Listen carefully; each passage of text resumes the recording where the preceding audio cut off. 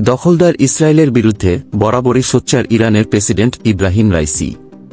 ফলে তাকে বহনকারী একটি হেলিকপ্টার দুর্ঘটনার কবলে পড়ার পর থেকেই প্রশ্ন উঠছে, এর পেছনে কি তাহলে ইসরায়েলের হাত আছে? রাইসিকে বহনকারী হেলিকপ্টার বিধ্বস্তের বিষয়ে তেল আবিব কি ভাবছে তা নিয়ে এক প্রতিবেদন প্রকাশ করেছে ইসরায়েলি সংবাদ মাধ্যম ওয়াইনেট নিউজ।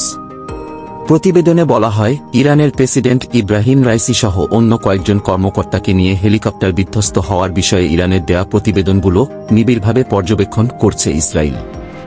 এতে আরও দাবি করা হয়, পশ্চিমাদের মতো ইসরায়েলেও জল্পনা রয়েছে যে রাইসি দুর্ঘটনায় মারা গেছেন।